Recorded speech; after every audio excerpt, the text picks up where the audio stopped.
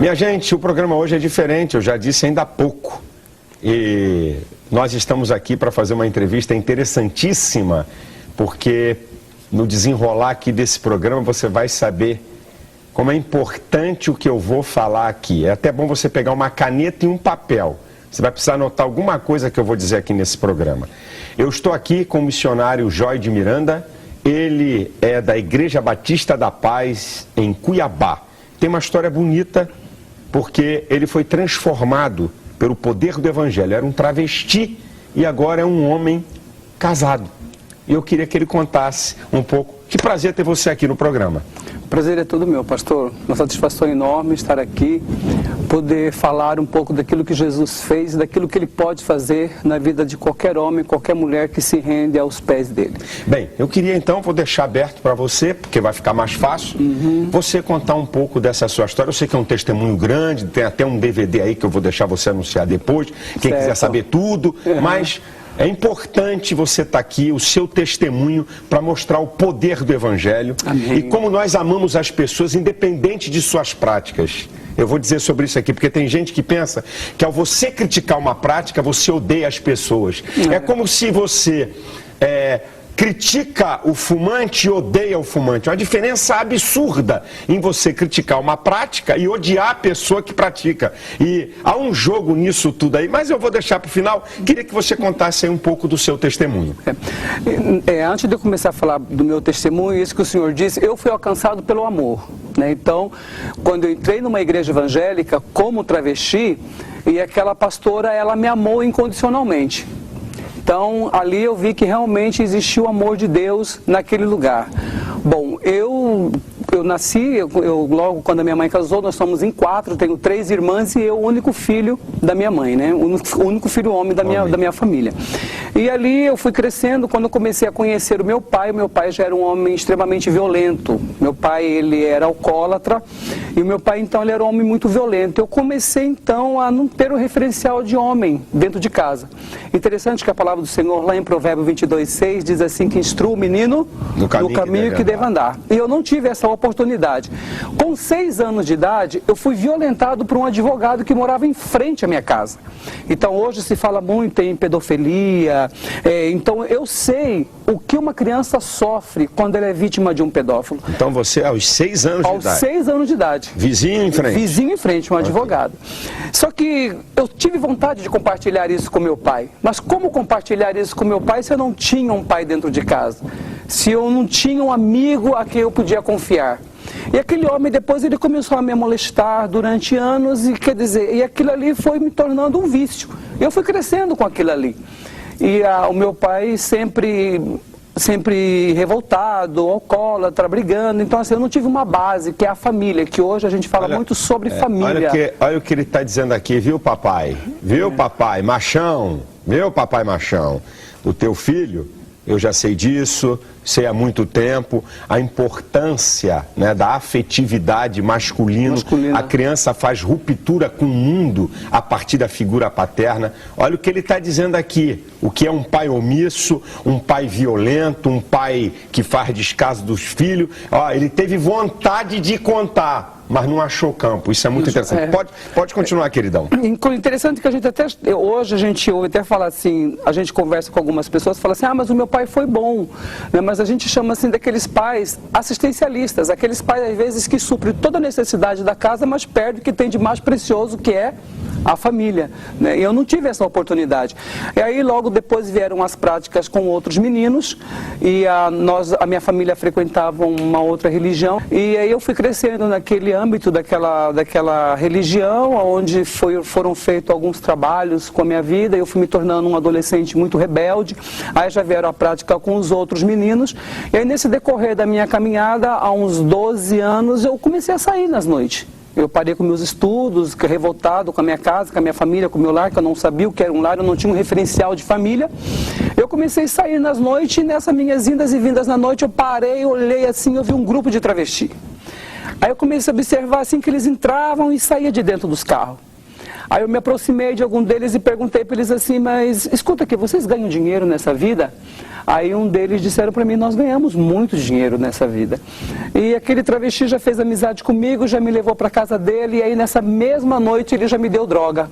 E a palavra do Senhor lá no Salmo 42:7 diz assim, com abismo chama outro abismo, né?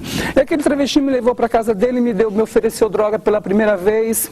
E aí no outro dia ele já me transvestiu e me levou para a esquina. Para minha maior surpresa, eu descobri que para ser um travesti tem que ser muito homem. Por quê? Porque 99% dos homens que saem com os travestis, quem é o ativo são os travestis. E são, homens casados que deixam as esposas em casa para se unirem com aqueles homens. Então, assim, hoje o nosso testemunho é para glorificar o nome do Senhor. Nós não somos homofóbicos, nós não odiamos os homossexuais. Deixa eu até dizer uma coisa, aproveitando aqui. Olha, a homofobia, isso é uma coisa tão... É tão incrível. Os caras que defendem a prática homossexual... colocou um rótulo, uma ofensa. A homofobia é uma doença, é uma aversão ao homossexual que quer até matar. Isso é uma coisa tão odienta, tão idiota, tão ridícula, e a sociedade aceita esse rótulo. Homofóbico, uma vírgula. Nós não somos contra pessoas, somos contra uma prática, é diferente demais.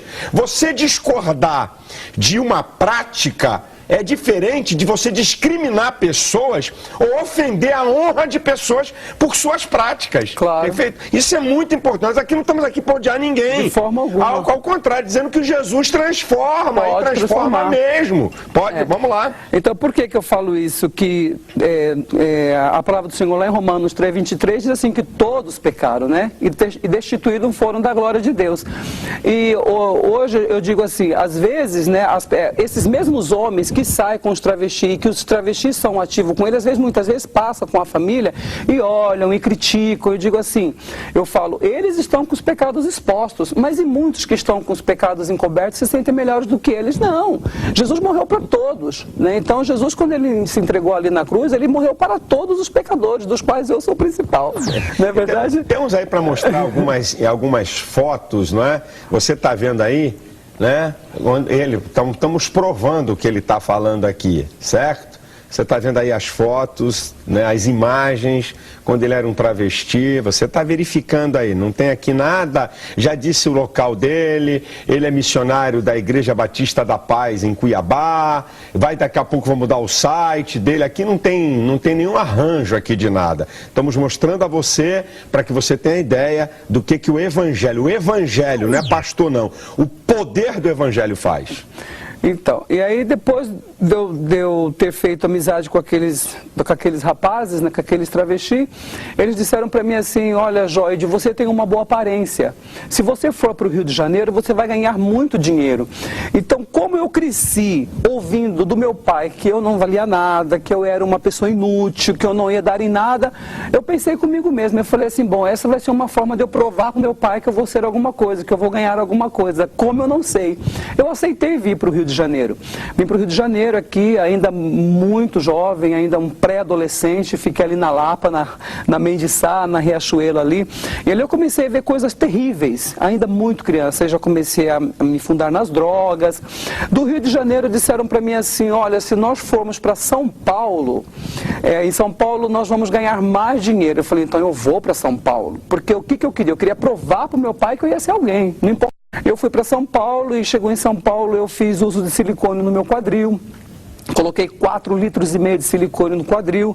Cheguei em São Paulo, fiquei ali na Riachuelo, Marquês de Tu, naquele miolo ali da Boca do Lixo ali em São Paulo. E ali em São Paulo eu comecei a conhecer outros travestis, que tinha carro do ano, que tinha apartamento, tudo. Eu peguei e falei para eles, mas espera aí, onde é que vocês conseguem tanto dinheiro assim? Aí eles disseram para mim, olha, em Paris se ganha mais dinheiro. Eu falei, então eu também vou para Paris, porque eu queria provar para o meu pai que eu ia conseguir alguma coisa, né? E foi, como eu sempre digo, foi um período muito negro na minha vida, que eu comecei a roubar, comecei a assaltar. Hoje em dia, nós, um tempo atrás, ouvimos falar sobre o extermínio de travesti. Mas, como eu estou aqui, eu não estou aqui para condenar ninguém. Foi algo que eu vivi, foram os meus amigos que se relacionavam comigo e as cenas que eu presenciei por muitas vezes. Então, o que acontece? O travesti, ele sai com o que se chama de cliente e chega lá no quarto. Quem é o ativo é o travesti. Então, lá eles fazem chantagem com o homem. Então, quer dizer, muitas vezes, a grande maioria são homens casados, e aí às vezes passam, e aí acontece o que acontece, que a gente vê que muitos travestis são assassinados. E eu comecei a roubar, comecei a assaltar, ganhei esse dinheiro que eu precisava e fui para Paris, onde eu fiquei 1 ano e meio na França, voltei para o Brasil, aí eu não queria mais ficar no Brasil, né? Depois que eu conheci a Europa, eu não conseguia mais ficar no Brasil. Aí eu fiquei no Brasil, depois de 2 meses, aí eu voltei de novo para a Europa, onde eu morei em alguns países.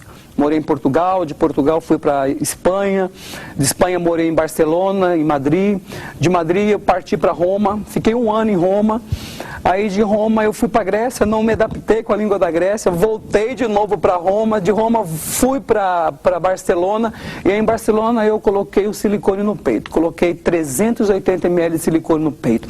Aí as pessoas às vezes perguntam assim para mim, mas você não tem vergonha de falar do seu passado? Eu falei, não, eu deveria ter vergonha quando eu estava morto nos meus delitos e nos meus pecados. Romanos 1,16 diz, não me envergonho do Evangelho, né? Porque é o poder de Deus para todos aqueles que neles crêem.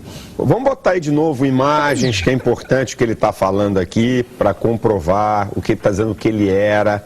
A pessoa só deve dizer aquilo que era quando ela tem a convicção que aquilo não a incomoda mais. É verdade. Você sabe, eu tenho aprendido isso. Quando ela tem a real... o total domínio da sua libertação. Por isso que uma pessoa, muitas vezes, quando sai de qualquer tipo de prática, drogas, de cocaína, ou qualquer vida onde ele estava mergulhado em coisas terríveis, ele só deve falar, promulgar quando ele tem a convicção de que ao lembrar do fato não lhe machuca, ao lembrar do fato não lhe ofende, ao lembrar do fato não lhe cria nenhuma outra expectativa. Vocês estão vendo aí as imagens do que nós estamos aqui conversando com o irmão Joy de Miranda, que é missionário da Igreja Batista da Paz de Cuiabá. Então, e aí em Barcelona eu fiz essa cirurgia, eu coloquei esse silicone no peito, aí ali eu já era um travesti. Né? Como eu sempre digo, ali o inimigo já tinha me dado de tudo. Já tinha me dado fama, beleza, dinheiro, poder. E de lá eu parti para Milão, na Itália, onde eu morei por alguns anos ali em Milão. Só que ali em Milão eu olhava e eu via os meus amigos. Entendeu? Então eu vi os meus amigos que se relacionavam comigo, uma coisa que eu sempre digo assim, no final da noite, nas madrugadas, entre 4 paredes, quando nós nos deparávamos com nós mesmos, muitos choravam e diziam assim, mas que vida miserável é que nós estamos vivendo. Eu falei isso várias e várias vezes. E eu lembro que lá em Milão tinha um amigo meu, que ele era um travesti muito bonito, muito bonito. À noite ele saía nas esquinas, ele fez a cirurgia, né, de mudança de sexo, e à noite era só flash, foto, na boate chamava muitas atenções das pessoas, mas quando muitas vezes nós íamos reunir nas madrugadas, onde a droga já estava acabando, já não tinha mais o uísque, já não tinha mais os holofotes, já não tinha mais ninguém para aplaudir, muitas e muitas vezes eu via esse rapaz chorando, ele abria as pernas e dizia assim, olha a machadada que o médico me deu e a cicatriz que ficou. Só que isso a mídia não mostra. De jeito nenhum. Essa sociedade não mostra. Então, assim, eu olhava, assim, eu via os meus amigos, eu não via fidelidade, eu não via aquele companheirismo, mas eu estava envolvido naquilo. Eu falava assim, bom, eu também nasci assim, eu vou morrer assim. Entendeu? E a palavra do Senhor no Salmo 51:5 diz assim, que em iniquidade eu fui formado, e em pecado concebeu a minha mãe. Eu estava em pecado, só que eu achava que eu tinha nascido assim, como todos os meus amigos que me conheciam, que estavam em minha volta, também pensavam assim. Eu parava para pensar, eu falava assim, bom, o que adianta essa beleza? Porque às vezes as pessoas falam assim, mas você deixou de ser travesti porque você foi infeliz e você não fez sucesso. Não, muito pelo contrário. Aliás, eu ganhei tudo aquilo que um travesti almeja. Eu ganhei tudo aquilo que é o sonho de todos os travestis. Eu ganhei fama, eu ganhei beleza, eu ganhei poder, eu ganhei dinheiro, mas eu não consegui ter a paz que excede todo entendimento. Quando eu deitava, só eu sabia o vazio que invadia a minha alma. Quando eu voltava das baladas, das boates, só eu sabia a frustração que era a minha vida. Não era só minha, as dos meus amigos também, das pessoas que conviviam comigo, das pessoas que estavam mais próximas de mim. Mas eu não mostrava isso para as pessoas. A minha família não sabia, né? Então o que eu fazia? Eu tentava mostrar sempre o glamour, eu tentava sempre mostrar aquele sorriso, eu tentava sempre mostrar aquela felicidade, aquela alegria que na verdade era aquela que eu sempre sonhava e eu desejava. Como é que então você, depois de tudo isso, você teve essa transformação? Como é que foi esse momento de você mudar radicalmente? A gente está vendo aí as fotos, é o que ele era, e você está vendo ele aqui hoje. Como é que foi isso? Isso aí foi através da minha mãe, né? A minha mãe é uma guerreira, a minha mãe, a Dona Odete. Eu sou apaixonado pela minha mãe, sempre quase me emociono quando eu falo da minha mãe. Um dia eu estava lá no meu apartamento em Milão, nós estávamos usando droga com alguns amigos meus, a minha mãe me ligou. Meu filho, eu aceitei Jesus, hoje eu sou crente. Aí eu coloquei a mão no telefone e falei assim, minha mãe virou crente. Aí aqueles amigos meus todos começaram a rir, criticar da minha mãe, tudo. E nós temos o hábito de pedir bênção para ela, né? Aí depois que eu terminei de conversar com ela, eu falei, bênção, mãe. Ela falou assim, meu filho, eu quero te dizer uma coisa. Deus lhe abençoe, mas eu quero te dizer uma coisa. Jesus te ama. Jesus te ama. E aquela palavra causou impacto no meu coração. Então é por isso que eu digo assim, quando a gente fala para um pecador que Jesus o ama, eu morei tantos anos na Itália, ninguém nunca falou para mim que Jesus me amava. Jesus, a minha mãe conheceu Jesus lá em Cuiabá e por telefone ela disse que Jesus me amava. Quando aqueles amigos meus foram embora, eu deitei e aquela palavra ficou na minha cabeça assim, Jesus te ama, Jesus te ama. E a minha mãe começou a orar e interceder por mim. E a minha mãe fez um grupo, chamou algumas irmãs da igreja, e ora por meu filho, ora pelo meu filho, ora pelo meu filho. E hoje, conhecedor da palavra, eu vejo que lá no livro de Isaías 59:1 diz assim que Deus ele não está com a sua mão encolhida, para que não possa nos alcançar, e nem com o seu ouvido cravado, para que não possa nos ouvir, né? E Deus ouviu o clamor da minha mãe. E eu vim ao Brasil de 3 em 3 anos, de 2 em 2 anos. Quando a minha mãe começou a orar e interceder por mim, eu comecei a vir ao Brasil com mais frequência. Só que eu não sabia que Deus já estava respondendo as orações da minha mãe. E um dia a minha mãe sempre me convidando, meu filho, você não quer ir na igreja? Eu falei, não, mãe, eu não gosto da religião da senhora. A senhora sabe que eu não gosto de crente, eu nasci assim, eu penso assim, eu vou morrer assim, pronto, acabou. E ela dizia assim, mas Deus me deu um filho homem, e este braço ainda vai entrar com você na igreja. Eu falava assim, a senhora é louca. Como eu digo, hoje eu vivo a loucura da minha mãe. Né? Hoje eu vivo a loucura da minha mãe. Eu falava assim, não, mãe. Aí eu falava para uma outra irmã minha, eu falava assim, olha, minha mãe quer me converter de qualquer jeito, eu não gosto dessa religião, eu não gosto de crente, esses crentes é tudo fanático, é cafona. Eu pensava desse jeito. Eu nasci assim, eu penso assim, eu vou morrer assim. Nasci homossexual, passei a ser travesti, e vou morrer assim. Vou morrer assim, pronto, acabou. Mas a minha mãe nunca desistiu de orar. A minha mãe acreditou. E ela dizia assim para mim, meu filho, Deus me deu um filho homem, e este braço ainda vai entrar com você na igreja. Eu falei, pronto, a minha mãe enlouqueceu. A minha mãe tá doida. Aí eu teve uma época que eu vim ao Brasil para ficar 30 dias. Eu não suportei ficar perto da minha mãe. Minha mãe não parava de falar de Jesus, minha mãe não parava de falar de crente. Como eu sempre digo, a minha mãe sempre me amou, pastor, mas ela nunca aceitou a prática, nunca. Porque ela, depois que ela conheceu Jesus... Isso é muito importante que você está falando, é muito importante. Os grupos de defesa dos homossexuais, de maneira até inteligente, não vou dizer que é burrice não, eles querem confundir a crítica da prática com o praticante. Você critica o fumante, mas não é contra a pessoa que fuma. Nós criticamos a bebida, mas não somos contra as pessoas que bebem. Criticamos as drogas, mas não somos contra as pessoas que a usam. E de maneira muito inteligente, os grupos de defesa homossexuais, eles misturam isso. Há uma diferença monumental de você condenar a prática homossexual e discriminar os homossexuais. Há uma diferença fundamental de você condenar a prática e agredir a honra das pessoas homossexuais. Há uma diferença estúpida nisso. E nós não vamos cair nesse jogo. Nós condenamos a prática, sim, senhor. Temos o direito. Artigo 5º, inciso 4 da Constituição Brasileira. Sou livre para expressar opinião. Estamos no Estado democrático de direito. Ninguém vai me calar, não. Pode ter certeza que não vão, não. É direito. O que você está fazendo aqui é um direito. Nós não... Nem Deus impede que alguém seja de qualquer coisa. Claro. Deus não impede. Deus, ele vai trazer juízo sobre cada tipo de ato das pessoas. Impedir não. E nem nós estamos aqui para impedir a prática de ninguém.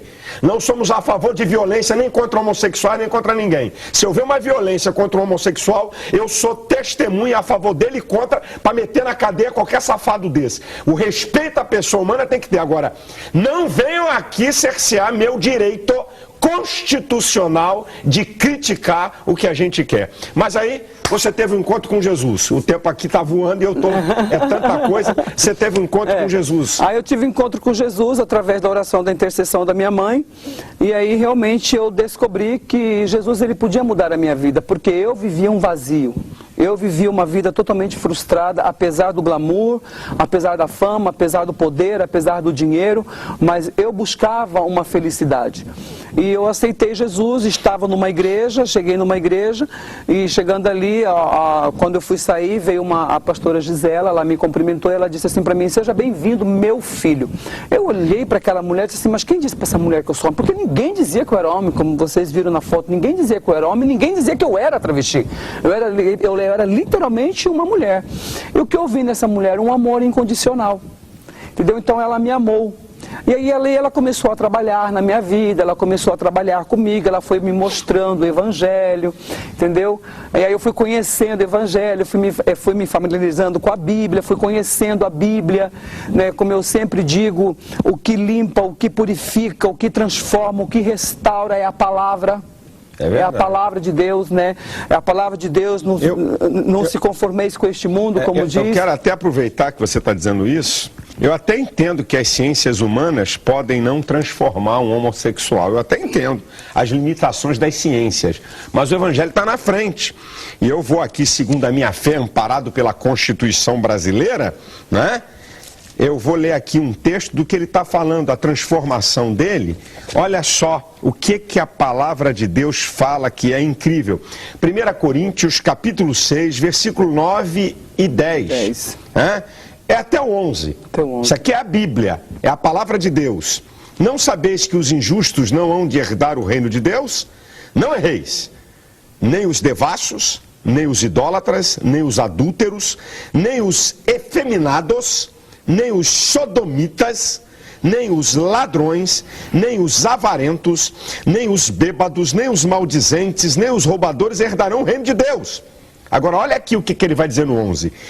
E é o que alguns têm sido, mas haveis sido lavados, haveis sido santificados, haveis sido justificados em nome do Senhor Jesus e pelo Espírito do nosso Deus. Essas pessoas que nós encontramos aqui no versículo 10, adúlteros, devassos, idólatras, efeminados. Lá no grego ele fala do homossexualismo passivo e sodomia, como ele diz aqui, o homossexualismo ativo. Há uma diferença até na língua.